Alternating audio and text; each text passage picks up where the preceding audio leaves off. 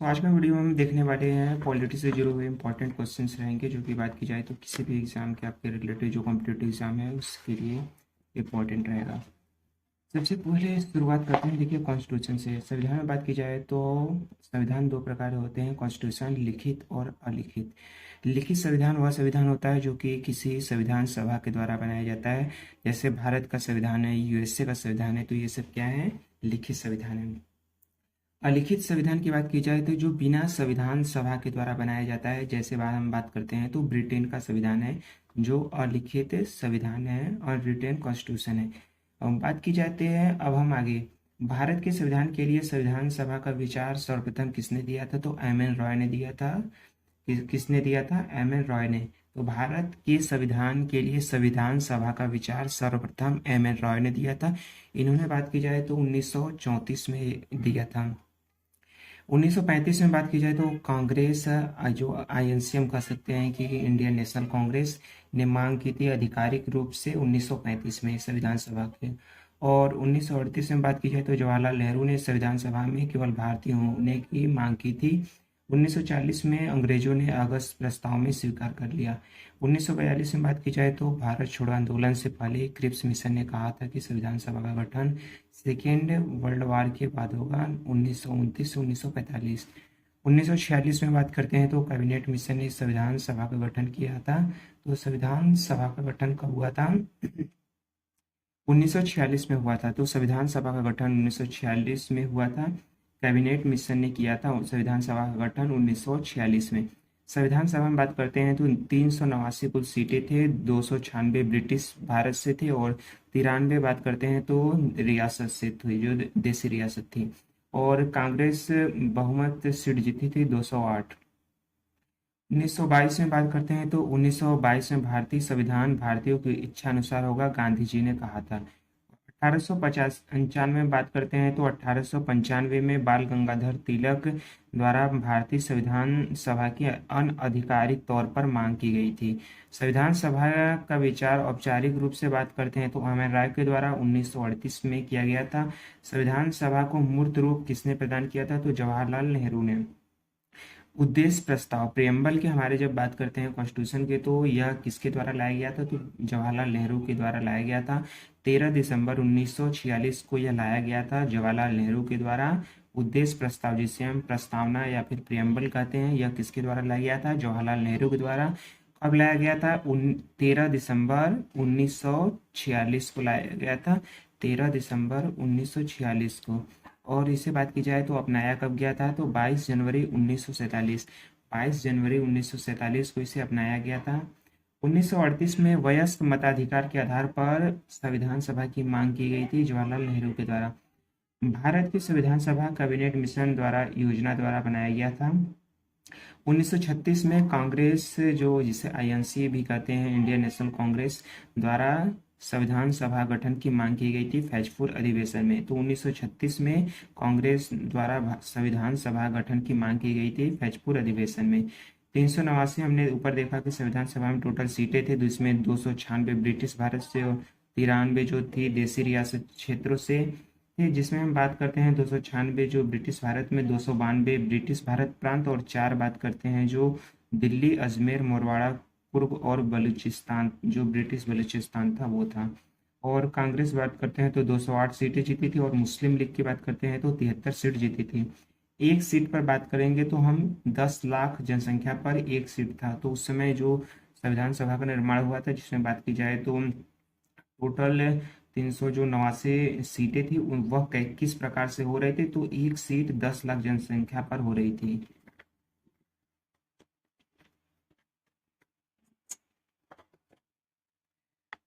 संविधान सभा में हम बात करते हैं तो संविधान सभा में सदस्य प्रत्यक्ष रूप से निर्वाचित सदस्य जो प्रांतों की विधानसभा से चुने गए थे। तो उस समय जो विधानसभा थी उसके जो सदस्य थे उनको अप्रत्यक्ष रूप से संविधान सभा में निर्वाचित किया गया था। तो संविधान 26 जनवरी 1950 को लागू हुआ था, यह हम सबको पता है। तो संविधान कब लागू हुआ था, 26 जनवरी 1950। हमें कितना लगा था इसे बनने में, 2 वर्ष 11 महीने 18 दिन लगा था। इसमें लगभग 64 लाख रुपए लगा था। और इसे अपनाया कब गया था, तो अपनाया कब गया था? 26 नवंबर 1949। 26 नवंबर 1949 को बनकर यह तैयार हुआ था, लेकिन लागू कब हुआ था? 26 जनवरी 1950 को।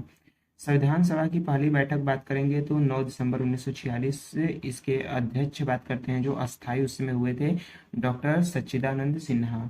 11 दिसंबर 1946 की हम बात करते हैं तो अध्यक्ष स्थायी तौर पर डॉक्टर राजेंद्र प्रसाद चुने गए थे 11 दिसंबर 1946 की।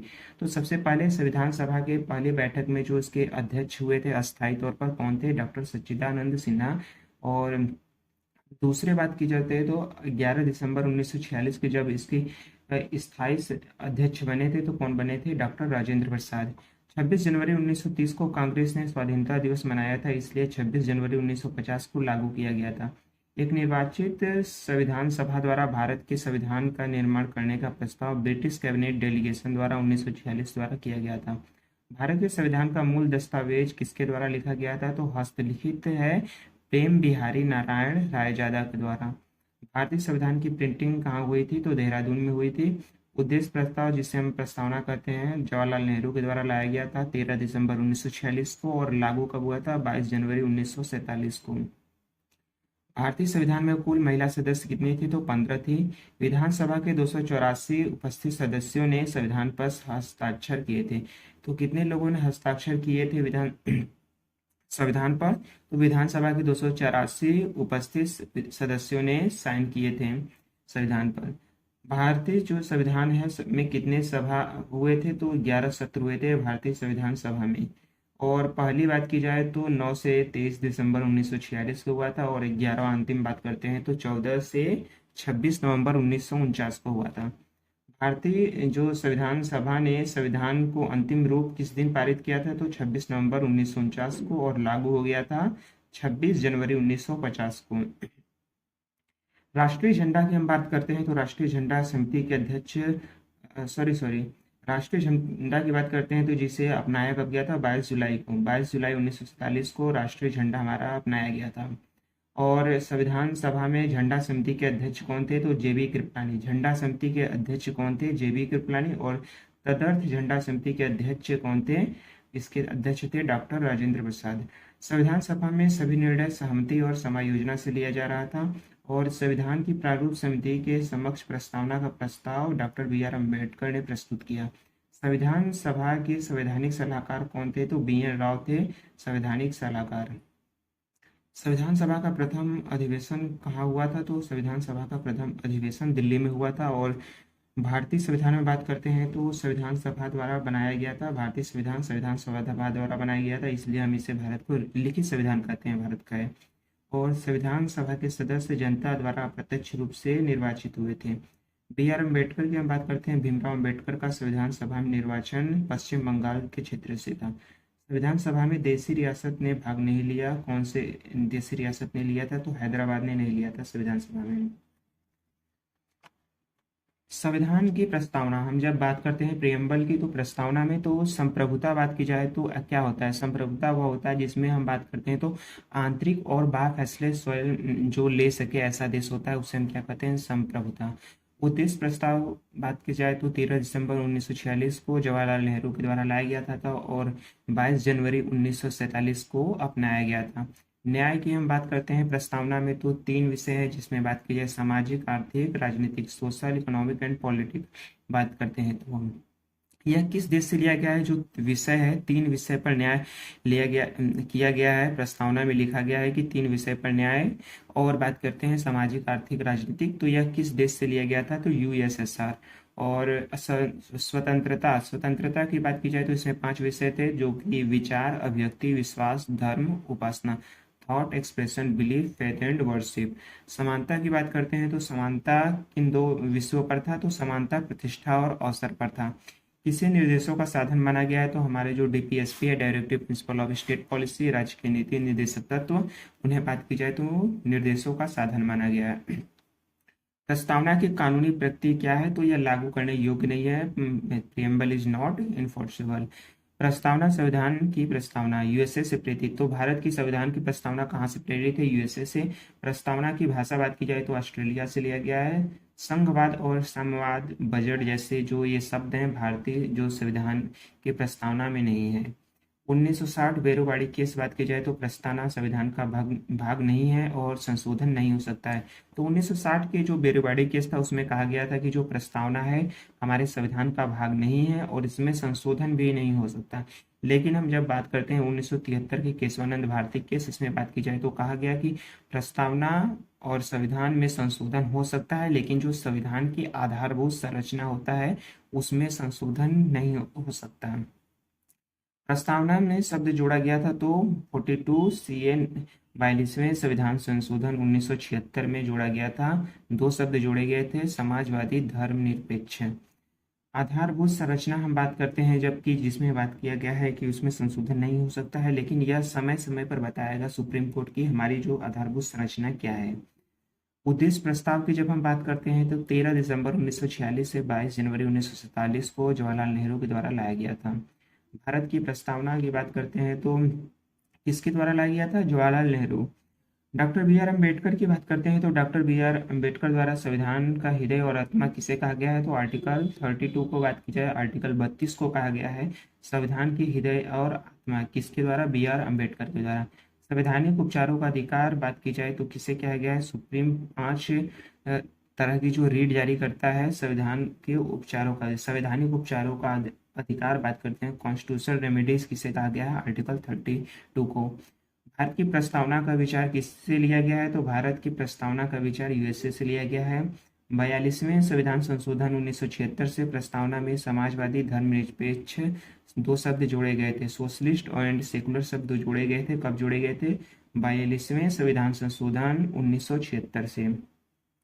भारतीय जो राजनीतिक प्रणाली है लोकतांत्रिक प्रणाली है और भारतीय संविधान का प्रमुख स्रोत भारतीय सरकार अधिनियम 1935 से, जिसमें बात की जाए तो 50% से अधिक जो आर्टिकल हैं हमारे वो कहाँ से लिए गए हैं? भारत सरकार अधिनियम 1935 से।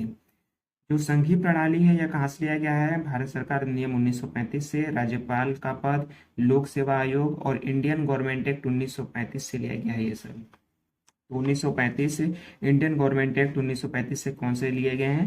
तो संघीय प्रणाली, राज्यपाल का पद, लोक सेवा आयोग और इंडियन गवर्नमेंट एक्ट 1935 से लिए गए हैं। इंग्लैंड से क्या क्या लिया गया है? तो कुछ इंपॉर्टेंट हम देखने वाले हैं यहाँ पर। इंग्लैंड से विधि का शासन, रूल ऑफ लॉ बात करते हैं तो विधि का शासन इंग्लैंड से लिया गया है। और संविधान प्रणाली की बात की जाए तो संसदीय पार्लियामेंट्री जो सिस्टम है, संसदीय प्रणाली कहाँ से लिया गया है? इंग्लैंड से। द्विसदनीय संसद बात की जाए तो जिसमें निम्न सदन और उच्च सदन होते हैं, इंग्लैंड से लिया गया है। और लोकसभा की शक्तियाँ, पीएम, मंत्रिपरिषद, ये सब कहाँ से लिए गए हैं? इंग्लैंड से लिए गए हैं। संसद हम जानते हैं किसमें, जिसमें लोकसभा और राज्यसभा होते हैं। लोकसभा को निम्न सदन जो कि सीधे जनता द्वारा डायरेक्ट आते हैं, और राज्यसभा की बात करते हैं तो इसे उच्च सदन कहा जाता है जो कि विधानसभा से आते हैं। एकल नागरिकता ये कहाँ से लिया गया है? इंग्लैंड से। तो हम कुछ जानने वाले हैं जो कि इंग्लैंड से लिया गया है। एक सिंगल सिटीजनशिप, विधायी प्रक्रिया, कैबिनेट प्रणाली, विशेषाधिकार रीट, कैग का पद, संसदीय विशेषाधिकार ब्रिटेन से लिया गया है। यूएसए से क्या क्या लिया गया है? तो इसमें इंपॉर्टेंट है रिटन कॉन्स्टिट्यूशन, लिखित संविधान, मौलिक अधिकार जो कि 12 से 35 आर्टिकल में है। राज्य के प्रमुख कौन होगा? तो राष्ट्रपति होगा, ये यूएसए से लिया गया है। राष्ट्रपति का महाभियोग आर्टिकल 61 यूएसए से लिया गया है। वाइस प्रेसिडेंट का पद यूएसए से लिया गया है। और सुप्रीम कोर्ट, न्यायिक समीक्षा, जुडिशियल रिव्यू, न्यायपालिका की जो स्वतंत्रता है, और सुप्रीम कोर्ट और हाई कोर्ट के न्यायाधीशों का निष्कासन, प्रस्तावना, ये सब कहाँ से लिया गया है? यूएसए से। ऑस्ट्रेलिया से क्या लिया गया है? तो इसमें इंपॉर्टेंट है जो समवर्ती सूची, हम कॉन्करेंट जो लिस्ट की बात करते हैं जिसमें आर्टिकल शेड्यूल 7 में लिखा गया है, तो इसमें बात की जाए तो यह कहाँ से लिया गया? समवर्ती सूची ऑस्ट्रेलिया से। केंद्र राज्य संबंध बात करते हैं तो ये ऑस्ट्रेलिया से लिया गया है। दोनों सदनों की संयुक्त बैठक आर्टिकल 108 से, तो ये कहाँ से लिया गया है? ऑस्ट्रेलिया से। प्रस्तावना की भाषा बात करते हैं तो ऑस्ट्रेलिया से लिया गया है। फ्रांस से क्या क्या लिया गया है? गणतंत्र प्रणाली, और प्रस्तावना में स्वतंत्रता, समानता और बंधुत्व का आदर्श। यूएसएसआर जो रसिया से बात की जाए तो मौलिक कर्तव्य, प्रस्तावना में न्याय, सामाजिक, आर्थिक, राजनीतिक बात की जा रही है। हमने पहले अभी पढ़ा था कि यूएसएसआर से जो लिया गया था प्रियम्बल में 3 तरह के इसके ऊपर न्याय कौन थे? तो वो सोशल, इकोनॉमिक एंड पॉलिटिकल। तो रसिया से क्या लिया गया है? Fundamental duty. प्रस्तावना में जो न्याय 3 विषय हैं, सामाजिक, आर्थिक, राजनीतिक। और पंचवर्षीय योजना गैर संवैधानिक संस्था लिया गया था जो कि खत्म हो गया, जिसकी जगह नीति आयोग आया।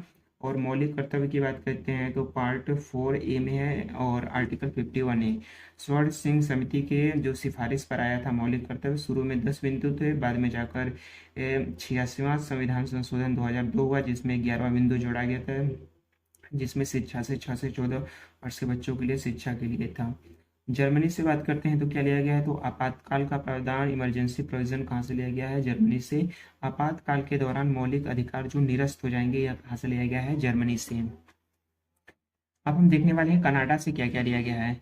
कनाडा से हम जब बात करते हैं तो एक मजबूत केंद्र के साथ संघ की स्थापना कनाडा से लिया गया है। जो अवशिष्ट शक्तियां होती है वो केंद्र में निहित होती हैं और केंद्र द्वारा राज्यपाल की नियुक्ति किया जाता है और हाई कोर्ट का सलाहकार क्षेत्राधिकार। आर्टिकल 143 से राष्ट्रपति सुप्रीम कोर्ट से सलाह मांग सकता है, यह कनाडा से लिया गया है। तो आर्टिकल 143 143 से राष्ट्रपति जो है सुप्रीम कोर्ट से सलाह मांग सकता है, लेकिन बाध्य नहीं है उसके लिए। तो यह किससे लिया गया है, कनाडा देश से। दक्षिण अफ्रीका से क्या क्या लिया गया है, तो हम इसमें देखेंगे संवैधानिक जो संशोधन की प्रक्रिया है, आर्टिकल 368 368 आर्टिकल 368 भाग 20 में स्थित है। कौन क्या है, संवैधानिक संशोधन। जो संविधान संशोधन की प्रक्रिया है आर्टिकल 368 भाग 20 में है, जो कि दक्षिण अफ्रीका से लिया गया है। जो राज्यसभा के सदस्यों का चुनाव होगा यह किस देश से लिया गया है, तो दक्षिण अफ्रीका से लिया गया है। तो दक्षिण अफ्रीका से हमने जाना क्या क्या लिया गया है, संविधान संशोधन की प्रक्रिया आर्टिकल 368 भाग 20 में है और राज्यसभा के सदस्यों का चुनाव। संविधान संशोधन बात की जाए तो लोकसभा या राज्यसभा से शुरू हो सकता है, जिसमें टू थर्ड अगर मेंबर दोनों सदनों से अगर मंजूरी मिल जाती है और जो हमारे जो प्रेसिडेंट है वो पास कर देते हैं तो वो संविधान संशोधन हो जाएगा।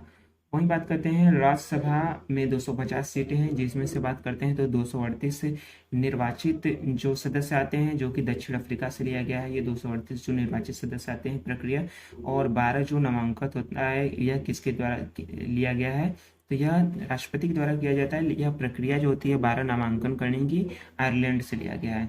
तो राज्यसभा में 250 सीटें होती हैं, 238 प्लस 12 238 बार करते हैं तो निर्वाचित सदस्य आते हैं, जो कि दक्षिण अफ्रीका से प्रक्रिया लिया गया है। और 12 नामांकन होने की प्रक्रिया होती है, जो कि चुनते हैं कौन, हमारे राष्ट्रपति। और यह किस देश से लिया गया है, नामांकन की प्रक्रिया आयरलैंड से। आयरलैंड से लिया गया है। क्या क्या लिया गया है, तो डीबीएसपी राज्य के नीति निर्देशक तत्व, राज्य जो राज्यसभा के सदस्यों का नामांकन जो 12 सीट होता है वो आयरलैंड से लिया गया है। राष्ट्रपति चुनाव की प्रक्रिया जो है किस देश से लिया गया है, आयरलैंड से। अनुसूची पहले 8 थी, अब टोटल 12 हो चुकी हैं। 9वीं जो बात की जाए तो अनुसूची थी, पहले संविधान संशोधन से जोड़ा गया था जिसमें भूमि सुधार से जुड़ा हुआ था। 10वां अनुसूची बात करते हैं तो 10वें शेड्यूल की, तो 52 कॉन्स्टिट्यूशन अमेंडमेंट एक्ट आया था, 52वें संविधान संशोधन के द्वारा जोड़ा गया था अनुसूची 10वां। इसमें दल बदल एक्ट आया था 1985 में। और 11वीं अनुसूची की बात करते हैं तो 73वें संविधान संशोधन के द्वारा 1992 में पंचायत जो था 29 विषय इसमें थे।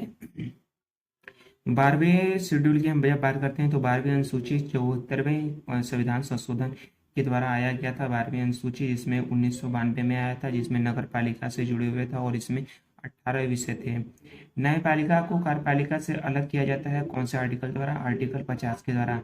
तो न्यायपालिका को कार्यपालिका से अलग करता है, कौन सा करता है, तो आर्टिकल 50 जो कि डीपीएसपी में है। तो कार्यपालिका को न्यायपालिका से कौन अलग करता है, जुडिशरी को एग्जीक्यूटिव से अलग करने का काम आर्टिकल 50 करता है। बच्चों के जब हम बात करते हैं तो मुफ्त अनिवार्य शिक्षा आर्टिकल 21 है। आर्टिकल 21 से में बात की जाए तो बच्चों को जो छपा सकते हैं कि बच्चों को मुफ्त अनिवार्य शिक्षा किसमें दिया गया है, आर्टिकल 21A। आर्टिकल 21 में बच्चों को मुफ्त एवं अनिवार्य शिक्षा। मौलिक अधिकार जो होते हैं हम बात करते हैं तो मौलिक अधिकार फंडामेंटल राइट की सुरक्षा के लिए सुप्रीम कोर्ट कितने रिट जारी कर सकती है, 5 तरह के जो रिट जारी कर सकती है सुप्रीम कोर्ट। मौलिक अधिकार बात की जाए तो कहाँ पर है, भाग 3 में है। और मौलिक कर्तव्य बात करते हैं तो भाग 4 में स्थित है। डीपीएसपी की बात करते हैं तो भाग 4 में स्थित है, जो राज्य के नीति निर्देशक तत्व।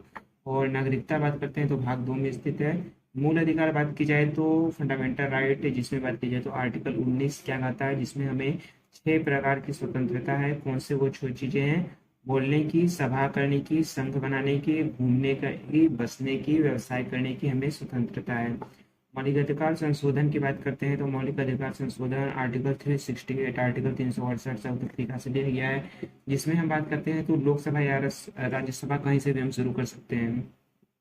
मूल अधिकार की बात करते हैं तो मूल अधिकार की जो प्रकृति क्या है, तो मूल अधिकार की प्रकृति न्याय संगत है। मतलब अगर उल्लंघन कहीं भी होता है, आपका हनन होता है मूल अधिकारों का, तो हम बात करते हैं तो सीधे डायरेक्टली सुप्रीम कोर्ट या फिर हाई कोर्ट में जा सकते हैं और यहाँ पर जा सकते हैं। आठवीं जो अनुसूची भाषा में जोड़े गए थे 14, अब 18 हो चुके, तो जो आठवीं अनुसूची थी उसमें पहले 14 भाषा हुआ करती थी शुरुआत में, और अब कितने हो गए हैं, 22 भाषाएं। कि 22 भाषाओं की बात की जाए तो हिंदी, उर्दू, तमिल, तेलुगु, पंजाबी, संस्कृत, गुजराती, मराठी, और कौन सा है वो, हाँ कश्मीरी है, फिर कन्नड़ है, फिर असमी और बंगाली और उड़िया, ये 22 भाषाएं हैं।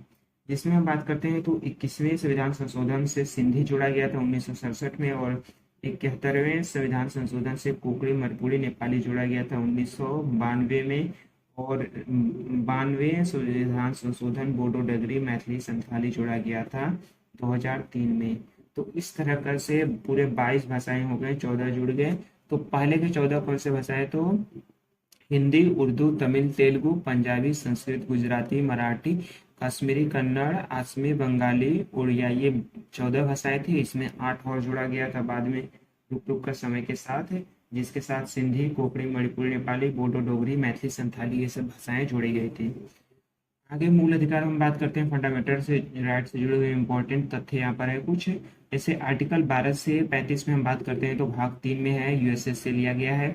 और बात की जाए तो हमारा जो फंडामेंटल राइट यूएसएस से ही लिया गया है। और मूल अधिकार बात करते हैं तो प्रवर्तनी है, इन्फोर्समेंट है, मतलब अगर आपके मूल अधिकारों का हनन होता है तो हम सीधे सुप्रीम कोर्ट जा सकते हैं या फिर हाई कोर्ट भी जा सकते हैं।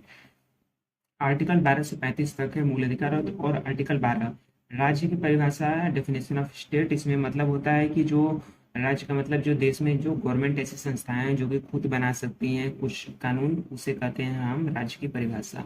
जैसे एलआईसी और आईबी, उनका कुछ नियम होता है, कानून होता है, तो उसे क्या कहते हैं हम, राज्य की परिभाषा। आर्टिकल 13 से बात करते हैं तो मूल अधिकारों का उल्लंघन होने पर जो कानून को सुप्रीम कोर्ट जीरो कर देगा। यदि कोई भी कानून आपके मूल अधिकारों का उल्लंघन करते पाया जाता है तो सुप्रीम कोर्ट आर्टिकल 13 से उसे क्या कर देगा, जीरो कर देगा। आर्टिकल 14 से 18 समानता का अधिकार है। आर्टिकल 19 से 22 स्वतंत्रता का अधिकार, 23 से 24 शोषण के विरुद्ध अधिकार, 25 से 28 धार्मिक स्वतंत्रता का अधिकार, 29 से 30 आर्टिकल क्या कहता है, तो अल्पसंख्यकों के शैक्षिक एवं सांस्कृतिक अधिकार, minorities educational and cultural right. और आर्टिकल 32 क्या कहता है, संवैधानिक उपचारों का अधिकार। तो आर्टिकल 32 क्या कहता है, संवैधानिक उपचारों का अधिकार। संपत्ति का अधिकार पहले आर्टिकल 31 में हुआ करता था, जो की बात की जाए तो फंडामेंटल राइट हुआ करता था, लेकिन अब उसे क्या कर दिया गया है, आर्टिकल 300A में कर दिया गया है, कानूनी हो गया है। 44वें संविधान संशोधन से हुआ था 1978 में, संपत्ति के अधिकार को कानूनी बनाया गया था, खत्म कर दिया गया था। तो संपत्ति के अधिकार को मूल अधिकार से कब खत्म कर दिया गया था, तो 1978 में 44वें संविधान संशोधन से।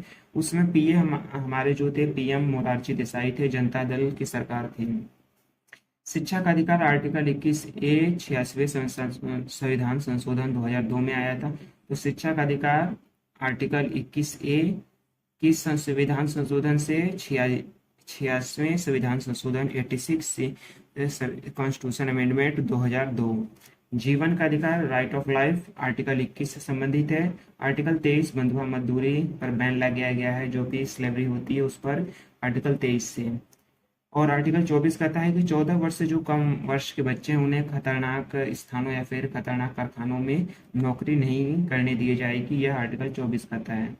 और आर्टिकल 4A में बात करते हैं तो मौलिक कर्तव्य है, जिसमें 42 संविधान संशोधन 1976 से जोड़ा गया था, आर्टिकल 51 है। तो हमारा जो मूल कर्तव्य है, फंडामेंटल ड्यूटी है, कि कहाँ से ले गया है, यूएसएसआर से। मूल कर्तव्य कहाँ से लिया गया है, यूएसएसआर से।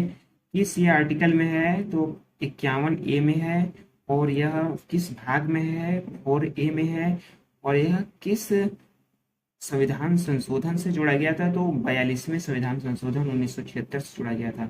फंडामेंटल ड्यूटी में बात करते हैं, शुरुआत में 10 बिंदु थे, लेकिन बाद में 46वें संविधान संशोधन 2002 से 11वां बिंदु जोड़ा गया। फंडामेंटल ड्यूटी की जब हम बात करते हैं तो इसमें मतलब क्या है, तो इसमें संप्रभुता और एकता अखंडता बनाए रखना नागरिक का जो कर्तव्य होता है वो दिया गया है।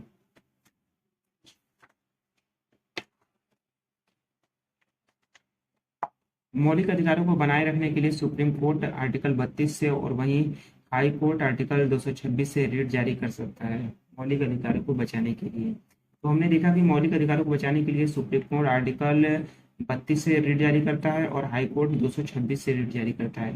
मौलिक अधिकारों को उल्लंघन होने पर सीधे हाई कोर्ट या फिर सुप्रीम कोर्ट हम जा सकते हैं। तो सुप्रीम कोर्ट 32 से संबंधित है मौलिक अधिकार, और हाई कोर्ट 226 आर्टिकल। आर्टिकल 12, तो हमने जाना था कि आर्टिकल 12 क्या होता है। आर्टिकल 12 होता है, जिससे बात की जाए तो जो हमारा जो कॉन्स्टिट्यूशन होता है उसकी जो डेफिनेशन होती है, जो डेफिनेशन ऑफ स्टेट हम कह सकते हैं कि राज्य की परिभाषा, जिसमें जो हमारे अंदर जो छोटे छोटे सकते हैं जो गवर्नमेंट इंस्टीट्यूशन है, जैसे आईबी हो गया, ये सब क्या हो गए, तो ये सब जो कुछ अपने कुछ नियम बनाते हैं उनको क्या कहते हैं, डेफिनेशन ऑफ स्टेट। आर्टिकल 12। 13 में तो हमने जाना था कि क्या होता है कि 13 में जैसे अगर कोई भी जो कानून अगर नया आता है जो हमारे मूल अधिकारों को उल्लंघन करता पाया जाता है, तो सुप्रीम कोर्ट क्या कर देगा, आर्टिकल 13 से उसे जीरो कर देगा। तो हमने जाना तो कुछ कानून होते हैं केवल जो फंडामेंटल राइट होते हैं, कुछ फंडामेंटल राइट ऐसे हैं जो केवल भारतीयों के लिए हैं, हमारे देश के नागरिकों के लिए हैं, वो बाहरी लोगों के लिए नहीं है। वो है आर्टिकल 15, 16, 19, 29, 30। ये जो 5 आर्टिकल है ये सब केवल भारतीयों के लिए हैं, या बाहरी मतलब किसी विदेशी के लिए नहीं है। इसमें हम देखते हैं कि आर्टिकल 15 कहता है धर्म, मूल, वंश, जाति, लिंग, जन्म स्थान के आधार पर भेदभाव नहीं होगा, समानता होगी। आर्टिकल 16 कहता है कि लोक नियोजन में समानता होगी, जैसे गवर्नमेंट जॉब होगी उसमें समानता होगी। आर्टिकल 16। आर्टिकल 19 कहता है राइट टू फ्रीडम, स्वतंत्रता का अधिकार है। और आर्टिकल 29 कहता है आपके भाषा व संस्कृति की रक्षा की जाएगी। और आर्टिकल 23 कहता है आर्टिकल 29 के लिए संस्थाएं खोलने की आज़ादी, मतलब जो आपकी भाषा है, आपकी संस्कृति, माइनॉरिटीज के लिए खासतौर पे है 29 और 30 माइनॉरिटीज के लिए है। जो माइनॉरिटीज है उनके लिए बात की जाए तो भाषा जो हो गई, संस्कृति की रक्षा के लिए बात की जाए तो वो इंस्टीट्यूशन खोलने की आज़ादी है आर्टिकल 30 से। 42वें संविधान संशोधन 1976 से मौलिक कर्तव्य में 10 बिंदु थे, बाद में 11 बिंदु जोड़ा गया था। वो कब जोड़ा गया था, 2002 में आया 46वें संविधान संशोधन। संपत्ति का अधिकार की जब हम बात करते हैं तो संपत्ति का अनिवार्य अधिग्रहण आर्टिकल 31 को 44वें संविधान संशोधन 1978 से 300 में कर दिया गया। तो संपत्ति का अनिवार्य जो हमारा अधिग्रहण था, बात की जाए तो आर्टिकल 31 से जो कि फंडामेंटल राइट हुआ करता था, उसको 44वें संविधान संशोधन 1978 से 300 में कर दिया गया। नागरिकों के मूल अधिकार पर प्रतिबंध लगा सकता है कौन, संसद। शुरू में 7 मूल अधिकार हुआ करते थे, तो हमने जाना था कि जो संपत्ति का अधिकार आर्टिकल 31 हुआ करता था, उसे 44वें संविधान संशोधन 1978 से 300 में कर दिया गया है, जिसे कानूनी बना दिया गया। अब मूल अधिकार 6 हैं। सूचना का अधिकार एक एक्ट है, मूल अधिकार नहीं है, 2005 एक्ट। संविधान संशोधन देखिए किस प्रकार से हो सकता है, यहाँ पर हम देखने वाले हैं। जैसे भारत की संविधान संशोधन की प्रक्रिया दक्षिण अफ्रीका से लिया गया है और आर्टिकल 368 आर्टिकल 368 से संबंधित है। किस यह भाग में स्थित है संविधान संशोधन, तो आर्टिकल 20 में स्थित है। भारतीय संविधान संशोधन की प्रक्रिया संसद से शुरू होती है, केवल संसद से ही शुरू होगी संविधान संशोधन की प्रक्रिया, लोकसभा या राज्यसभा। संविधान संशोधन 3 तरह से हो सकते हैं। जैसे पहला हम बात करते हैं तो ये जो सिंपल मेजोरिटीज में आवश्यकता होती है, तो इसमें हम बात करते हैं तो 50% +1 दोनों सदनों में पास करेंगे, लोकसभा और राज्यसभा में, तो यह हो जाएगी संविधान संशोधन सिंपल मेजोरिटी के साथ। वहीं दूसरा बात की जाए तो कुछ स्पेशल मेजोरिटी रहता है, दोनों सदन जो होते हैं लोकसभा और राज्यसभा के 2/3 जो सदस्य होते हैं वो पास करते हैं, तब जाकर ये होता है थोड़ा स्पेशल मेजोरिटी। कुछ इसके ऊपर भी एक रहता है, एक और रहता है, यह तीसरा है कि लोकसभा राज्यसभा में 2/3 मेंबर पास करे और उसके साथ ही 50% +1 राज्यों में सामान्य बहुमत से पास हो। प्रस्तावना में समाजवादी और धर्मनिरपेक्ष शब्द जोड़े गए थे, तो कब जोड़े गए थे, समाजवादी और धर्मनिरपेक्ष शब्द जोड़े गए थे 42वें संविधान संशोधन 1976 से। और 12वें संविधान संशोधन में बात करते हैं तो गोवा, दमन व दीव को 8वीं यूटी के रूप में अपनाया गया था। 42वें संविधान संशोधन 1976 से मौलिक कर्तव्य जोड़े गए थे 51A में आर्टिकल और भाग 4A। स्वर्ण सिंह समिति के रिकमेंडेशन सिफारिश पर उस समय पीएम इंदिरा गांधी थी। शुरू में 10 बिंदु हुआ करते थे मूल कर्तव्य में, बाद में 11 बिंदु हो गए, जो कि शिक्षा बात की जाए तो 6 से 14 वर्ष के बच्चों के लिए शिक्षा, और 11वां बिंदु था, और 86वें संविधान संशोधन 2002 में। यहाँ पर कुछ इंपॉर्टेंट संविधान संशोधन हमारे देश से हुए थे, जो कि इस प्रकार हैं, कुछ हम देख लेते हैं। जैसे 21वां संविधान संशोधन शिक्षा का अधिकार है। 86वें संविधान संशोधन 2000 हुआ था। तो जो 21A आर्टिकल है शिक्षा का अधिकार से संबंधित है, और 86वें संविधान संशोधन 2002 में हुआ था। 6 से 14 वर्ष के बच्चों को मुफ्त व अनिवार्य शिक्षा। देश में घूमने का अधिकार आर्टिकल 19 में प्रदान करता है। वहीं विदेश में जाने का अधिकार 21A प्रदान करता है। तो विदेश में जाने का अधिकार किससे संबंधित है? 21A आर्टिकल, और देश में घूमने का अधिकार 19 आर्टिकल। मताधिकार की बात करते हैं तो मताधिकार 21 से 18 वर्ष बात करते हैं तो कब किया गया था? तो आर्टिकल 61, और सॉरी वही हम बात करते हैं तो 61 61वें संविधान संशोधन के द्वारा हम बात करते हैं 1989 में 21 से 18 वर्ष मताधिकार की उम्र कर दी गई। तो जब हम बात करते हैं 100 कॉन्स्टिट्यूशन अमेंडमेंट एक्ट, तो यह इंडिया और बांग्लादेश के बीच समझौता हुआ था जो भूमि, और 51 बात करते हैं आर्टिकल आर्टिकल 101 संविधान संशोधन की जब हम बात करते हैं तो ये जीएसटी से संबंधित है। 102 संविधान संशोधन एनबीसी नेशनल बैकवर्ड कमीशन से संबंधित है, और 103 जो कॉन्स्टिट्यूशन अमेंडमेंट एक्ट है वो ईडब्ल्यूएस के 10% रिजर्वेशन से है। जीएसटी का मोटो था एक देश एक कर एक बाजार। भारत में प्रशासनिक न्यायाधिकरणों की स्थापना 42वें संविधान संशोधन के द्वारा, और प्रथम संविधान संशोधन भूमि सुधार, पहला कॉन्स्टिट्यूशन अमेंडमेंट 1951 में 9वीं अनुसूची। मिनी संविधान किसे कहा जाता है? तो मौलिक कर्तव्यों को मिनी संविधान कहा जाता है। 51A आर्टिकल में भाग 4A 42वें संविधान संशोधन 1976 से। मौलिक कर्तव्यों की जब हम बात करते हैं तो 11 बिंदु हैं, इसमें बात करते हैं तो 6 से 14 वर्ष के बच्चों के लिए शिक्षा। 86वें संविधान संशोधन 2002। मौलिक कर्तव्य स्वर्ण सिंह समिति के रिकमेंडेशन पे आया था 42वें संविधान संशोधन 1976। सबसे लंबा संशोधन भी यही हुआ था, संविधान संशोधन 42वां संविधान संशोधन 1976। कुछ और यहाँ पर इम्पोर्टेंट जो संविधान संशोधन हमारे देश में हुए थे इस प्रकार हैं, जैसे 12वां संविधान संशोधन गोवा और दमन दीव यूटी के रूप में। 31वां संविधान संशोधन 525 से 545 सीट संसद की हो गई। 42वें संविधान संशोधन स्वर्ण सिंह समिति के मौलिक कर्तव्य 10 बिंदु जो थे, और 44 सीए कॉन्स्टिट्यूशन अमेंडमेंट एक्ट जो था संपत्ति का मौलिक अधिकार नष्ट किया गया था। 61 कॉन्स्टिट्यूशन अमेंडमेंट एक्ट मतदान को 21 से 18 वर्ष किया गया था 1989 में, और 69 संविधान संशोधन से यूटी दिल्ली को राजधानी के क्षेत्र के रूप में।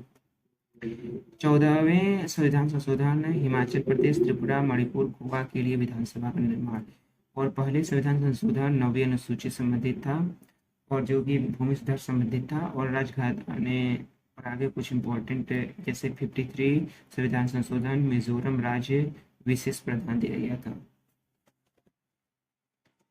कोई कानून हम देखते हैं तो कैसे बनता है? तो जो कोई कानून बनता है पहले लोकसभा से पास होगा, राज्यसभा से पास होता है, फिर हम बात करते हैं तो जैसे कोई कानून बनता है तो लोकसभा से पास होता है, फिर राज्यसभा से पास होता है, फिर प्रेसिडेंट उसे पास कर दे तो वह कोई कानून बन जाता है।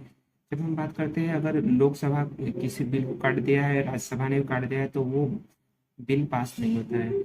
वहीं अगर हम बात करते हैं जब लोकसभा पास कर दे और राज्यसभा उसे काट दे, वहीं बात की जाए तो और बिल वह जरूरी है तो राष्ट्रपति क्या करता है? आर्टिकल 108 से लोकसभा और राज्यसभा की ज्वाइंट सिटिंग कराता है और बहुमत हासिल करवाकर एक्ट बना सकता है।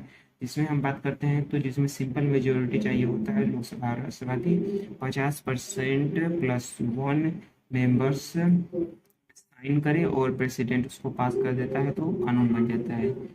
संविधान का निर्माण किस प्रकार? तो संविधान का निर्माण कैसे होता है? तो राज्य राज्य क्या होता है संविधान में? तो एक राज्य को देश कहा जाता है, जो राज्य कहा जाता है पॉलिटी में उसे देश कहा जाता है, देश के लिए राज्य कहा जाता है। और राज्य के अंदर क्या होता है? तो राज्य, किसी भी राज्य के अंदर भूमि होना अनिवार्य है, फिर जनता, फिर सरकार, फिर संप्रभुता। ये चार चीजें इंपॉर्टेंट होता है किसी देश में: भूमि, जनता, सरकार, संप्रभुता। संविधान के प्रकार दो होते हैं, जैसे लिखित और अलिखित। संविधान सभा से जो बना हो उसे लिखित संविधान, और जो बिना संविधान सभा के बना हो उसे अलिखित संविधान कहते हैं। भारत का संविधान विश्व का सबसे बड़ा संविधान है, जो कि लिखित संविधान है। 1934 में पहली बार संविधान की मांग की गई थी एम.एन. रॉय के द्वारा। 1935 में आईएनसी, इंडियन नेशनल कांग्रेस के द्वारा आधिकारिक रूप से मांग की गई थी। 1938 में पंडित जवाहरलाल नेहरू ने कहा था, संविधान सभा में बाहरी का हस्तक्षेप नहीं होगा। 1940 के अगस्त प्रस्ताव में मान लिया गया था अंग्रेजों के द्वारा। 1942 के क्रिप्स मिशन बात करते हैं तो स्टेफोर्ड क्रिप्स ब्रिटेन कैबिनेट मंत्री संविधान सभा बनाने के लिए भारत आया था। वहीं कांग्रेस और मुस्लिम लीग के बीच कुछ मतभेद हो गया, जिसके कारण मुस्लिम लीग को अलग संविधान चाहिए था, पर क्रिप्स जो आया था एक ही संविधान बनाने के लिए आया था, इसलिए वह वापस चला गया था। कैबिनेट मिशन योजना 1946 से बात करते हैं तो संविधान सभा बनाने के लिए आया था। और वहीं बात करते हैं तो इसमें 389 मेंबर्स थे, जो कि ब्रिटिश क्षेत्र से 296 और 93 मेंबर देसी रियासत क्षेत्र से। जो कि ब्रिटिश क्षेत्रों से 296 सदस्य थे, उसमें से 292 गवर्नर क्षेत्र से और 4 कमिश्नरी क्षेत्र से। और वहीं बात करते हैं तो जो कांग्रेस को बहुमत प्राप्त हुआ था उसमें कि उसको 208 सीटें प्राप्त हुई थी। वहीं बात करते हैं ब्रिटिश प्रांतों को 3 समुदाय में विभाजित किया गया था: मुस्लिम, सिख और सामान्य। 296 सदस्यों को 10 लाख जनता पर एक सदस्य चुना गया था। संविधान सभा में हम जब बात करते हैं तो पहली बैठक 9 दिसंबर 1946, इसके अस्थायी अध्यक्ष उस समय हुए थे डॉक्टर सच्चिदानंद सिन्हा। वहीं दूसरी बैठक की बात करते हैं तो 11 दिसंबर 1946 को इसके अध्यक्ष डॉक्टर राजेंद्र प्रसाद हुए। और 13 दिसंबर 1946 को पंडित नेहरू ने उद्देश्य प्रस्ताव लाया, जो 22 जनवरी 1947 में पारित हो गया, जिसे प्रस्तावना कहते हैं। 3 जून 1947 को माउंटबेटन ने 2 संविधान सभा की योजना बनाई, सीटों की संख्या घटकर 299 हो गई थी। तो 3 जून 1947 को माउंटबेटन ने 2 संविधान सभा बनाने की योजना बनाई, सीटों की संख्या 299 हो गई थी। संविधान सभा के अध्यक्ष डॉक्टर राजेंद्र प्रसाद और संविधान स्वतंत्र भारत के प्रथम वक्ता जी.वी. मावलंकर। 26 नवंबर 1949 को भारत का संविधान बनकर तैयार हुआ। हमारा संविधान जो है हमारा सबसे बड़ा लिखित संविधान है। मूल संविधान में 350 अनुच्छेद थे, आज के समय में लोग उससे ज़्यादा ही है। हमारे जो संविधान है कठोर व लचीलापन दोनों ज़्यादा है होता है। जो हमारा संविधान है कठोर व लचीलापन दोनों है। और भारतीय संसद जो है गणतंत्र है, कार्यपालिका व विधायिका बीच सहयोग होता है। लोकसभा के बहुमत जो दल का नेता होता है वह पीएम बनता है, तो लोकसभा के बहुमत दल का नेता पीएम होता है। संसदीय सरकार और अध्यक्षीय सरकार में हम क्या जानते हैं? तो संसदीय सरकार पार्लियामेंट गवर्नमेंट और प्रेसिडेंशियल गवर्नमेंट में क्या अंतर रहता है? जैसे संसदीय सरकार इंडिया जैसे देशों में है, जिसमें बात करते हैं तो विधायिका और कार्यपालिका बात की जाए एक तरह से जुड़े होते हैं। विधायिका के अंदर बात करते हैं तो संसद होता है, जिसमें 2 होते हैं, एक निम्न और उच्च, लोकसभा और राज्यसभा। वहीं बात करते हैं तो और लोकसभा के बहुमत दल का नेता प्रेसिडेंट पीएम बनता है। और कार्यपालिका में बात की जाए तो इसका प्रमुख प्रेसिडेंट होता है, राष्ट्रपति नाम मात्र का होता है। लेकिन हम बात करते हैं तो जो उसका जो रियल कह सकते हैं तो वो पीएम ही होता है। जो पीएम बात करते हैं तो कहाँ से आता है? लोकसभा के बहुमत दल का नेता होता है। जिसकी बात की जाए तो नीचे काउंसिल ऑफ मिनिस्टर का चुनाव करता है, वो चुनता है। जिसमें बात करते हैं तो वो लोकसभा से 10-15% मेंबर आ सकते हैं मैक्सिमम। और न्यायपालिका कार्यपालिका पर 10% आ सकते हैं यहाँ पर काउंसिल ऑफ मिनिस्टर में। और अध्यक्षीय सरकार में क्या होता है? जैसे यूएसए में है अध्यक्षीय सरकार। विधायिका की जब हम बात करते हैं तो हाउस ऑफ कॉमन्स और सीनेट है। विधायिका के अंदर क्या है? हाउस ऑफ कॉमन्स और सीनेट। कार्यपालिका की हम बात करते हैं तो कार्यपालिका प्रेसिडेंट्स और काउंसिल ऑफ मिनिस्टर होता है। तो यहाँ पर हम देखते हैं जब हमें कि प्रेसिडेंशियल गवर्नमेंट में क्या होता है, कार्यपालिका और विधायिका दोनों अलग अलग होते हैं। लेकिन जब हमने देखा था जो ये पार्लियामेंट्री गवर्नमेंट है, यहाँ पर था कि संसद जो है विधायिका होती है, जो कार्यपालिका जुड़ा हुआ था, क्योंकि विधायिका से जो बहुमत दल का नेता होता है लोकसभा से, वहीं बात की जाए तो कार्यपालिका में आता है। लेकिन यहाँ पर नहीं है। अध्यक्षीय सरकार प्रेसिडेंशियल गवर्नमेंट में होता है कि जो जैसे यूएसए का है विधायिका, यहाँ पर नीचे हाउस ऑफ कॉमन्स निम्न सदन और सीनेट उच्च सदन है। ये दोनों ही बात की जाए तो एग्जीक्यूटिव से बिल्कुल जुड़े हुए नहीं है।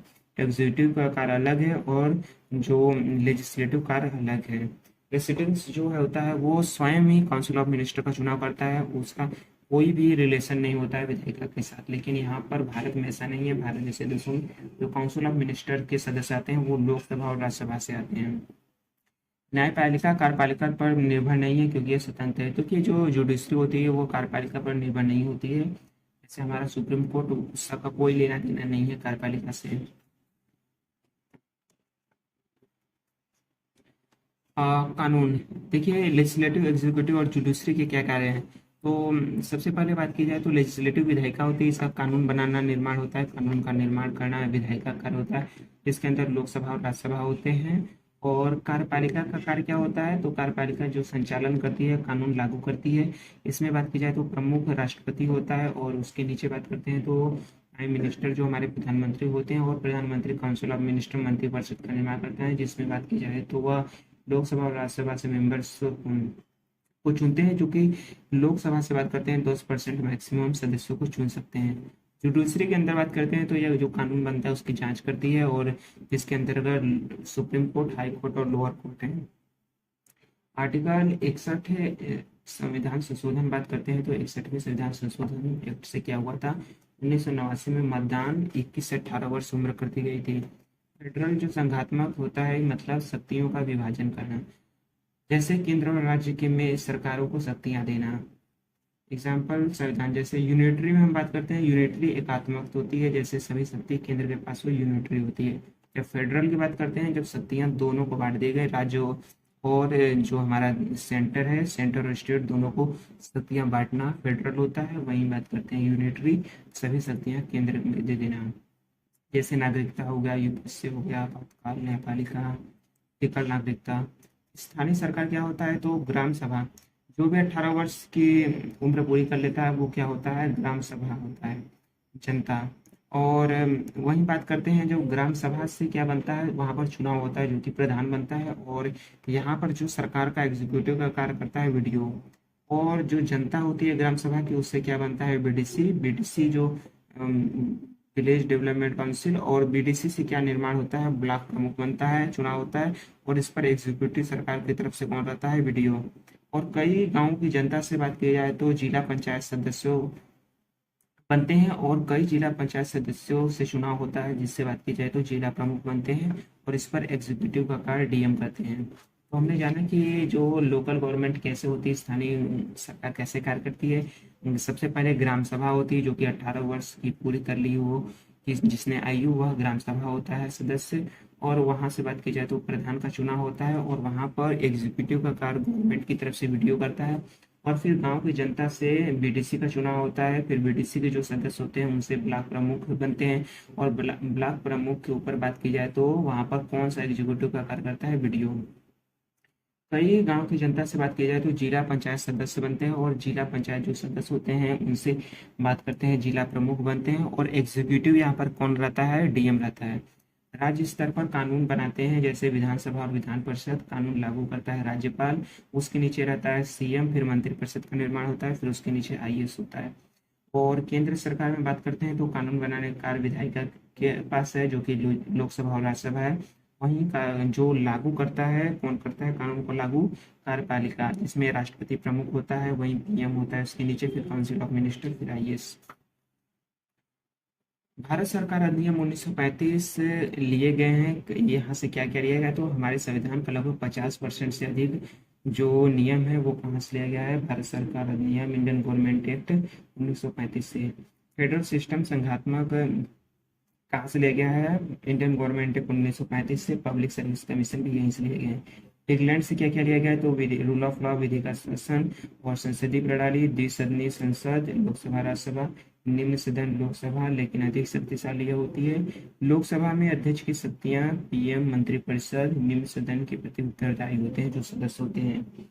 और एकल नागरिकता, विधायी प्रक्रिया, कैबिनेट प्रणाली, विशेषाधिकार, संसदीय विशेषाधिकार, कैग का पद, ये सब कहाँ से लिया गया है, ब्रिटेन से। विमर संविधान बात करते हैं तो जर्मनी से क्या लिया गया है, आपातकालीन प्रावधान और आपातकाल के दौरान मौलिक अधिकारों का निलंबन लिया गया है जर्मनी से। दक्षिण अफ्रीका से क्या लिया गया है, तो संवैधानिक संशोधन की प्रक्रिया राज्यसभा के सदस्यों का चुनाव लिया गया है दक्षिण अफ्रीका से। आर्टिकल 368 जो कि संबंधित है भाग 20 में। फ्रांस से क्या लिया गया है, तो फ्रांस से संविधान में समानता और भाईचारे का प्रावधान लिया गया है। फ्रांस से क्या लिया गया है, संविधान में समानता और भाईचारे का प्रावधान। हाँ, संविधान में समानता और भाईचारे का प्रावधान फ्रांस से लिया गया है। आगे हम देखने वाले हैं कि 12वीं अनुसूची। 12वीं अनुसूची की बात करते हैं तो हमारे देश में टोटल कितनी अनुसूची हैं, 12वीं अनुसूची। 12 अनुसूची हैं हमारे देश में। पहले अनुसूची की बात करते हैं, राज्य व संघ शासित क्षेत्रों से संबंधित है। दूसरे में हम बात करते हैं वेतन भत्ते, जैसे वाइस प्रेसिडेंट, जज हो गया, कैग हो गया, प्रेसिडेंस हो गया।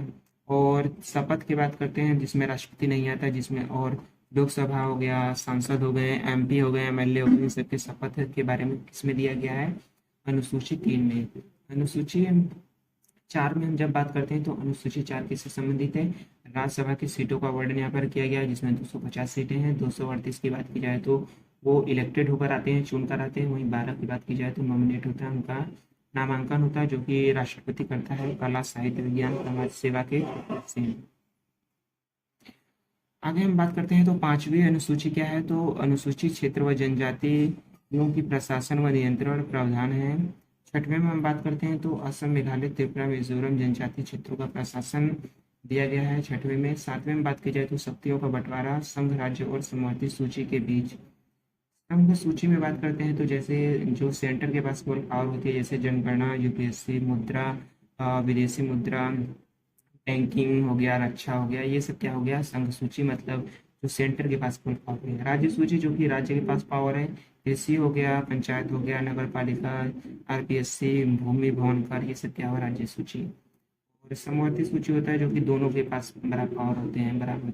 8वीं में बात की जाए अनुसूची में तो भाषा है जो कि 14 + 8 22 भाषाएं टोटल है। 14 बात की जाए तो मूल भाषाएं थे, 8 बाद में जोड़ी गई थी समय के साथ। और 21वें संविधान संशोधन से सिंधी जोड़ा गया था। 71वें संविधान संशोधन से कोंकणी, मणिपुरी, नेपाली जोड़ा गया था। और 92वें संविधान संशोधन से बोडो, डोगरी, मैथिली, संथाली जोड़ा गया था। 9वें अनुसूची में हम बात करते हैं जब जोड़ा गया था तो 9वीं अनुसूची पहले संविधान संशोधन 1951 से जोड़ा गया था और भूमि कर की वैधता से संबंधित था। 10वें जो अनुसूची है जोड़ा गया था, क्या था कि दल बदल पर अयोग्यता का प्रावधान किया गया था। 52 जो था संविधान संशोधन 1985 था। 10वां अनुसूची। 11वां अनुसूची में जब हम बात करते हैं तो 73 कॉन्स्टिट्यूशन अमेंडमेंट एक्ट 1992 पंचायत से संबंधित है जिसमें 29 विषय जोड़े गए थे कानून। और 12वां जो अनुसूची है 74वें संविधान संशोधन 1992 में जोड़ा गया था जो कि नगर पालिका से संबंधित था। और इसमें कितने विषय पर कानून था, 18 विषय पर। प्रस्तावना तो हमने जाना था, इसमें पहले हमने पढ़ लिया था, कुछ हम देख लेते हैं। जैसे प्रस्तावना में समाजवादी समाज के कल्याण के लिए कार्य करना समाजवादी का अर्थ था, जैसे गरीबी को कम करना।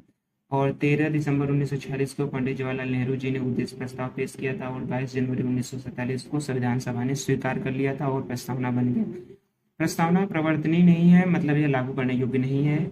और भाग हमारे बात की जाए तो संविधान में 25 भाग हैं। संविधान में भाग बात करते हैं तो पहला भाग आर्टिकल 1 से 4 संबंधित है संघ और राज्य क्षेत्रों से, पार्ट 1।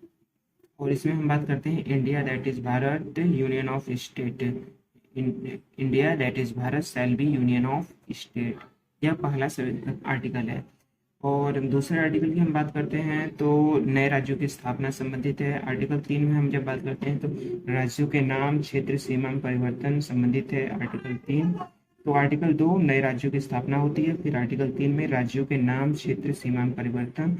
और आर्टिकल 4 में क्या होता है, जो 2 और 3 होता है, जैसे 2 में नए राज्यों की स्थापना होती है और आर्टिकल 3 में राज्यों के नाम, क्षेत्र में सीमा में परिवर्तन। ये दोनों बात की जाए संविधान संशोधन द्वारा नहीं होगा लेकिन साधारण बहुमत के प्रयोग होगा इसमें। तो 2-3 आर्टिकल में जो संशोधन करने के लिए, जैसे नए राज्यों की स्थापना करने के लिए या फिर राज्यों के नाम, क्षेत्र, सीमा परिवर्तन के लिए संविधान संशोधन की आवश्यकता नहीं है, केवल साधारण बहुमत का प्रयोग किया जाएगा। इसमें लोकसभा और राज्यसभा के हम जानते हैं कि 50% प्लस वन अगर मेंबर पास कर देते हैं तो यह 2 और 3 जिसके साथ बात की जाए तो नए राज्यों की स्थापना हम कर सकते हैं या फिर उनके नाम क्षेत्र सीमा में परिवर्तन कर सकते हैं। यह आर्टिकल 4 है। विशेष बहुमत हम जानते हैं स्पेशल जो मेजोरिटी होती है उसमें लोकसभा और राज्यसभा के 2/3 मेंबर की आवश्यकता होती है पास करने के लिए। और साधारण बहुमत में क्या होता है कि लोकसभा और राज्यसभा के 50% प्लस वन अगर पास कर देते हैं तो साधारण बहुमत होता है। भाग 2 में हम जब बात करते हैं तो पार्ट 2 हमारे कॉन्स्टिट्यूशन में नागरिकता से संबंधित है। नागरिकता 5 से 11 आर्टिकल है। इसमें हम बात करते हैं तो कुछ हम ज़्यादा डिटेल के अंदर नहीं जाएगा। नागरिक वही होता है जिसके पास passport, pan card, voter ID ये सब होता है। आर्टिकल 5 में हम जब बात करते हैं तो सबसे पहले हम देख लेते हैं भारतीय संविधान एक्ट के बाद संसद ने 1955 में नागरिकता एक्ट पारित किया था। आर्टिकल 5 में हम जब बात करते हैं तो जब हमारा संविधान लागू हुआ था उस समय नागरिकता जो जन्म के समय उसके माता पिता भारतीय में होंगे वो पिछले 5 साल से भारत में वो सब नागरिक होंगे।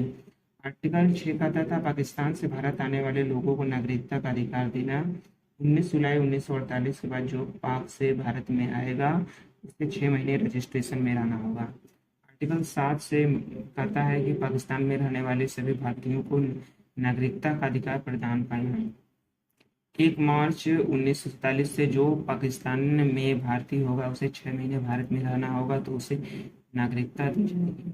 आर्टिकल 8 कहता है देश के बाहर रहने वाले भारतीयों को विशेष नागरिकता का प्रावधान है। और आर्टिकल 9 संबंधित है जिसमें किसी विदेशी राज्य की नागरिकता प्राप्त कर लिए उसे भारतीय नागरिक नहीं माना जाएगा। आर्टिकल 10 में बात करते हैं तो जिन लोगों ने राष्ट्रीयकरण, पंजीकरण आदि के माध्यम से भारतीय नागरिकता हासिल की है भारत सरकार कई कारणों से अपनी भारत की नागरिकता समाप्त कर सकती है। आर्टिकल 11 बात की जाए तो संसद नागरिकता पर कानून को विनियमित करेगी। नागरिकता पर कानून संसद बनाएगी। यह गृह मंत्रालय के अंतर्गत है। नागरिकता प्राप्त करने के 5 तरीके हैं। जन्म से नागरिकता, वंश द्वारा नागरिकता, पंजीकरण के द्वारा नागरिकता, प्राधिकरण द्वारा नागरिकता और क्षेत्र को जब हम को एक्वायर कर लेते हैं तब नागरिकता। पहले में हम देखते हैं जन्म के साथ नागरिकता में तो नागरिकता संशोधन एक्ट 1955 से जो भारत में पैदा होगा भारत का नागरिक होगा। और संविधान संशोधन एक्ट 1986 में आया। इसमें माता पिता का भारतीय होना जरूरी था। इसके बाद नागरिकता संशोधन एक्ट 2003 आया जिसमें माता पिता दोनों योग्य हो तभी आपको नागरिकता मिलेगी। वंश के आधार पर नागरिकता हम जब बात करते हैं तो 1955 नागरिकता संशोधन एक्ट कहता है कि जिसके पिता भारतीय है वह भारतीय होगा। इसलिए नागरिकता संशोधन एक्ट 1992 से माता या पिता जैसे एक भारतीय हो। पंजीकरण के द्वारा गृह मंत्रालय द्वारा कोई भी व्यक्ति भारतीय बनना चाहता है तो उसे 7 साल भारत में रहना होगा। प्राधिकरण द्वारा 22 भाषाओं में से एक जानता हो, कला साहित्य विज्ञान में अच्छा काम कर रहा हो, वो 10 साल भारत में रहा हो। क्षेत्र समिष्ट के द्वारा यदि भारत कोई जगह अधिग्रहण कर लेता है तो वहाँ के लोग भारतीय होंगे। नागरिकता खत्म होने के तरीके जैसे टर्मिनेशन, बर्खास्त करके जो गलत काम करे, वंचित करके जो झूठ बोल कर लिया हो, या त्याग करके जैसे खुद करा। मौलिक अधिकार। मौलिक अधिकार में हम देखते हैं कि आर्टिकल 12 में बात की जाए तो राज्य की परिभाषा दिया गया है जिसमें जो LIC, IB, जो CBI ये सब जो गवर्नमेंट जो इंस्टीट्यूशन है ये खुद कुछ कानून बना सकते हैं। इसे हम राज्य की परिभाषा करते हैं आर्टिकल 12। आर्टिकल 13 में हम जब बात करते हैं कोई नया कानून अगर हमारे इस अधिकारों का जो मूल अधिकारों का उल्लंघन करता है तो सुप्रीम कोर्ट उसे 0 कर देगा आर्टिकल 13 से। समानता का अधिकार 14 से 18 में है। आर्टिकल 14 कहता है कानून के समक्ष सब बराबर होंगे। USA से लिया गया है। कानून के समान संरक्षण UK से लिया गया है। आर्टिकल 15 कहता है देश में धर्म, मूल, वंश, जाति, लिंग, जन्म स्थान के आधार पर भेदभाव नहीं होगा। आर्टिकल 16 कहता है कि लोक नियोजन में समानता, अवसर की समानता, जैसे गवर्नमेंट जॉब्स जो निकलेंगी उसमें सभी को समान अवसर दिया जाएगा। आर्टिकल 16 ये कहता है। और आर्टिकल 17 कहता है एबोलिशन ऑफ अनटचबिलिटी मतलब छुआछूत का अंत। आर्टिकल 17। आर्टिकल 18 उपाधियों का अंत होता है। आर्टिकल 18 किससे संबंधित है? उपाधियों का। तो जैसे अगर कोई राजा है या फिर कह सकते हैं कि कोई बहुत बड़े पद पर है वह उस टाइटल का प्रयोग नहीं कर सकता है हर जगह। आर्टिकल 19 क्या कहता है जिसमें बात कर जाए तो स्वतंत्रता का अधिकार 1922 में 1922 जो आर्टिकल 19 से 22 में स्वतंत्रता का अधिकार है, जिसमें आर्टिकल 19 कहता है, जिसमें बोलने की, सभा संघ बनाने की, घूमने बसने व्यवसाय करने की स्वतंत्रता है। आर्टिकल 20 क्या कहता है? आर्टिकल 20 कहता है दोष सिद्धि के संबंध में संरक्षण। जैसे आप पर अगर आरोप कोई लगा दिया है तो आप खुद के खिलाफ गवाही देने के लिए बाध्य नहीं है। आर्टिकल 20 कहता है दोहरे दंड का प्रावधान नहीं है, पहले या आगे का कानून लागू नहीं होगा। जैसे मतलब अगर कोई आज कानून चेंज हो गया, कल आपने जुर्म किया तो जो पहले का कानून नहीं लागू होगा। वहीं हम बात करते हैं, अगर आज आपने जुर्म किया है, कल अगर कानून चेंज हो जाता है तो कल का कानून लागू नहीं होगा। ये था। तो आर्टिकल 20 में दोष सिद्धि के संबंध में संरक्षण है, जैसे खुद के खिलाफ गवाही देने के लिए बाध्य नहीं किया जाएगा। दोहरे दंड का प्रावधान नहीं है, दोहरे दंड का प्रावधान नहीं है, पहले आगे का कानून वैलिड नहीं होगा। आर्टिकल 21 कहता है जीवन जीने का अधिकार, मतलब अपनी मर्जी से जिंदगी जीने जिए आप। और निजता का अधिकार, राइट ऑफ प्रिवेसी, विदेश में घूमने का अधिकार, ये सब आर्टिकल 21 से संबंधित है। हाँ। आर्टिकल 21 ए कहता है शिक्षा का अधिकार, 6 से 14 वर्ष के बच्चों को निःशुल्क एवं अनिवार्य शिक्षा।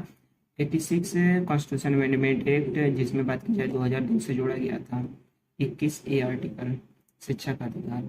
वहीं आर्टिकल 22 कहता है कि गिरफ्तारी के संबंध में कुछ हमें संरक्षण दिया गया, जैसे हमें गिरफ्तारी का कारण जानने का अधिकार है, वकील करने का अधिकार, और 24 घंटे के अंदर मजिस्ट्रेट के समक्ष पेश करने का अधिकार, ये दिया गया है आपको आर्टिकल 22 से।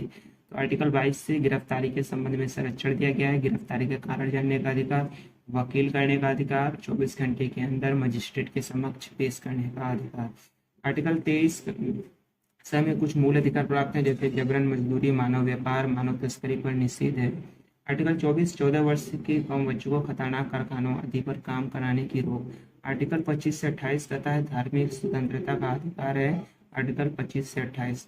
आर्टिकल 25 कहता है धर्म का प्रचार व प्रसार और अंतःकरण की आज़ादी आपको है, आर्टिकल 25। आर्टिकल 26 कहता है धार्मिक मामलों की जो प्रबंधन की स्वतंत्रता है, जैसे आप किस तरह से मैनेज करते हैं अपने धर्म को। जैसे जो हमारे सिख भाई होते हैं वो क्या करते हैं, जैसे पगड़ी बांधते हैं, तलवार लिए रहते हैं, तो वो क्या रहता है, वो मैनेज करते हैं अपने धर्म को। ये आएगा आर्टिकल 26 के अंदर। आर्टिकल 27 कहता है राज्य द्वारा धार्मिक करों की स्वतंत्रता है। आर्टिकल 28 धार्मिक शिक्षा की स्वतंत्रता। आर्टिकल 29 और 30 अल्पसंख्यकों के धार्मिक और सांस्कृतिक अधिकार है। Minorities religious and cultural right, minorities religious and cultural right, अल्पसंख्यकों के शैक्षिक धार्मिक नहीं होगा, एजुकेशनल एंड कल्चरल राइट होता है यहाँ पर। और आर्टिकल 29 क्या कहता है, अल्पसंख्यकों को अधिकार दिए गए हैं कि वो अपने संस्कृति, लिपि, भाषा की रक्षा करने के लिए उनको अधिकार दिए गए हैं। और आर्टिकल 30 से दिया गया है कि जो अपने संस्कृति, लिपि और भाषा की रक्षा करने के लिए वो जो इंस्टीट्यूशन की स्थापना कर सकते हैं। और आर्टिकल 31 में क्या दिया गया है, संपत्ति का अधिकार पहले था जो कि 300 ए में बना दिया गया, चेंज कर दिया गया, संशोधन किया गया था। कब किया गया था, 1978 में, 44वें संविधान संशोधन 1978 से। उस समय पीएम मोरारजी देसाई थे, जनता दल की सरकार। 32 की जब हम बात करते हैं तो मूल अधिकारों का हनन होने पर वे सुप्रीम कोर्ट जा सकते हैं। तो आर्टिकल 32 क्या कहते हैं कि मूल अधिकारों का हनन होने पर आप सीधे सुप्रीम कोर्ट जा सकते हैं, संवैधानिक उपचारों का अधिकार है ये। आर्टिकल 32 के तहत सुप्रीम कोर्ट 5 तरह के रिट जारी कर सकती है, जैसे बंदी प्रत्यक्षीकरण, यदि आपको कैद कर ले तो सुप्रीम कोर्ट उसे छोड़ने के लिए कह सकती है, या न्यायालय के पास पेश करने का हुक्म दे सकती है। परमादेश दूसरा एक रिट है, जिसमें बात की जाए तो न्यायालय अधिकारी को आदेश देती है कि तुम सही से अपना काम करो। यदि कोई अधिकारी सही से काम नहीं करता है तो जो सुप्रीम कोर्ट होता है वो परमादेश रिट जारी करती है, जिसमें वह सही काम करता है, करने के लिए कहता है। प्रतिषेध रिट हम जब बात करते हैं तो प्रतिषेध रिट न्यायिक या न्यायिक, जैसे एनजीटी हो गया, ईडी हो गया, वो अपने दायरे में काम करने के लिए कह सकता है उनको। जैसे मतलब यदि अगर कोई जो न्यायिक या न्यायिक जो संस्थाएं वो सही से काम नहीं करती हैं कि और किसी भी व्यक्ति पर मतलब ऐसे ही गलत तरीके से प्रयोग करती हैं अपनी पावर का, तो उसके लिए सुप्रीम कोर्ट प्रतिषेध रिट जारी करती है, जिसके लिए वह उनको कहेगी उन इंस्टीट्यूशन को कि वो अपना काम सही से करें। प्रेशर रिट में बात करते हैं तो यह किसी कार्रवाई के बीच में चलने पर प्रयोग किया जाता है, लेकिन फैसले के बाद होता है। जैसे अगर कोई गलत फैसला आ जाए अगर कोई फैसला होता है आपके गलत तरीके से दिया जाता है, तो उस फैसले के बाद तो कोर्ट क्या करता है, तो उस पर प्रेशर रेट का प्रयोग कर कर उस पर स्टे लगा देती है। अधिकार परीक्षा रीट में हम बात करते हैं तो पांचवा है, अवैध रूप से किसी पद पर, सरकारी पद पर कोई आसीन बैठ गया हो तो उसके खिलाफ जारी होता है अधिकार परीक्षा रीट। आर्टिकल 33 में हम जब बात करते हैं तो आर्टिकल 33 बल, अर्धसैनिक बल, पुलिस, खुफिया एजेंसी के मूल अधिकारों पर संसद रोक लगा सकती है। आर्टिकल 33 है, तो आर्टिकल 33 क्या कहता है, बल, अर्धसैनिक बल, पुलिस जो होती है, खुफिया एजेंसी, इन सबों के मूल अधिकारों पर संसद रोक लगा सकती है। आर्टिकल 34 कहता है मार्शल लॉ लागू होने पर सैनिक कानून जो होता है सभी मूल अधिकार समाप्त हो जाएंगे। आर्टिकल 34 कहता है, यह जो मार्शल लॉ है शब्द कहाँ से लिया गया है, ब्रिटेन से। तो आर्टिकल 34 कहता है मार्शल लॉ लागू होने पर सभी मूल अधिकार समाप्त होंगे। आर्टिकल 35 मूल अधिकारों पर कानून बनाने की शक्ति संसद के पास है। आर्टिकल 35 से क्या है, तो आर्टिकल 35 से मूल अधिकारों पर कानून बनाने की शक्ति संसद के पास है। आर्टिकल 15, 16, 19, 29, 30 केवल भारतीयों के लिए है। 15, 16, 19, 29, 30 केवल भारतीयों के हैं। जैसे 15 है धर्म, कुछ मूल वंश, जाति, लिंग, जन्म स्थान के आधार पर भेदभाव नहीं होगा। 16 लोक नियोजन में समानता। 19वां होता है कुछ जैसे हमारे देश में घूमने की आज़ादी आपको दी जाती है, और बोलने की, सभा करने की, संघ, घूमने, बचने, व्यवसाय करने की आज़ादी है आर्टिकल 19 में। वहीं 29 में हम जब बात करते हैं तो जो minorities educational and cultural right होता है जिसमें बात कर देते हैं, जो अल्पसंख्यक हैं वो अपने भाषा लिपि की रक्षा करने कर सकते हैं। और 30 के में दिया गया है आर्टिकल कि वो जो अपने भाषा संस्कृति की रक्षा करने के लिए संस्थाओं का खोल सकते हैं, वो उनके प्रशासन कर सकते हैं।